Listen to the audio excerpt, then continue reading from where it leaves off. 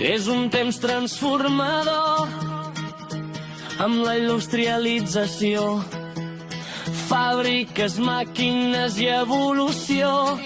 La Renaixença fa tornar a brillar llengua i cultura, també neix el catalanisme, demanant llibertat i poder decidir.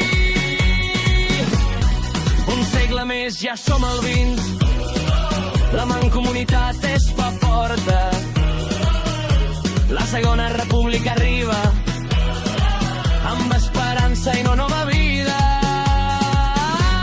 El cop militar ho trenca tot, 3 anys de guerra civil i més tanta dictadura. El franquisme fosc i llarg és la història del dictador.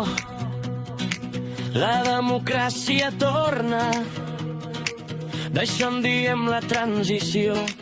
Es recupera l'autogovern, el català es pot parlar, torna a escoles i al carrer, votacions i presentents i Jocs Olímpics a la capital.